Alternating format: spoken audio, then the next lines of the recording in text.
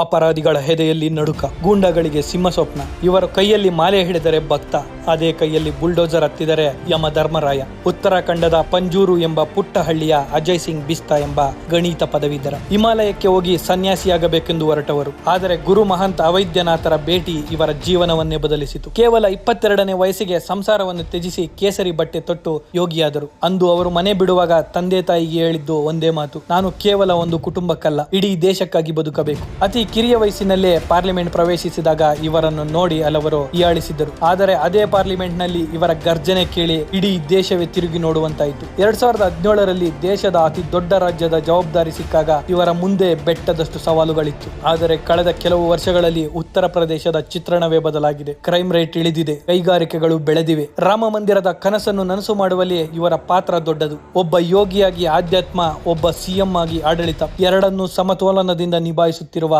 ಆಧುನಿಕ ಭಾರತದ ಅಪರೂಪದ ನಾಯಕ ಇವರು. ಇದೇ ಯೋಗಿ ಪವರ್. ಯೋಗಿ ಅವರ ಈ ಸ್ಟೈಲ್ ನಿಮಗೆ ಇಷ್ಟವಾಗಿದ್ದರೆ ಜೈ ಶ್ರೀರಾಮ್ ಎಂದು ಕಾಮೆಂಟ್ ಮಾಡಿ.